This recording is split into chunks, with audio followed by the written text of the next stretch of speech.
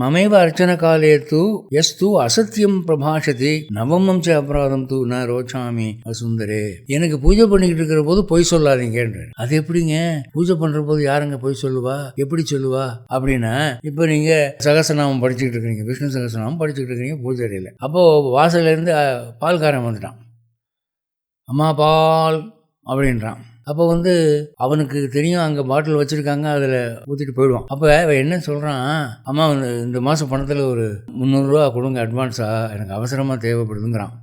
நமக்கு இங்கே பூஜையை விட்டுட்டு போகிறதுக்கு மனசு இல்லை.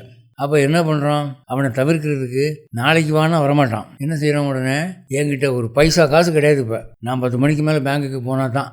ஆனால் உள்ள பீரோவில் கத்த இருக்குது, அது நமக்கே தெரியும். அவனை தவிர்க்கிறதுக்கு இப்படி சொல்கிறோம், என்கிட்ட ஒரு பைசா காசு கிடையாதுங்க. இது பொய்யா உண்மையா? அவர் என்ன சொல்கிற, நீ 1000 பொய் சொல்லிக்கையா வேணாங்கல, எனக்கு பூஜை பண்ணும்போது தானே இந்த ஹரிச்சந்திரன் வேலையெல்லாம் பார்க்குறது, என் முன்னால் உட்காந்துட்டு பொய் சொல்கிற வேலையை வச்சுக்காதீங்க அப்படின்னு சொல்கிறேன். பூஜை சமயத்தில் சின்ன பொய்யோ பெரிய பொய்யோ சொல்லக்கூடாது அப்படின்னு சொல்கிறார். இதெல்லாம் எச்சரிக்கையாக இருக்கும்.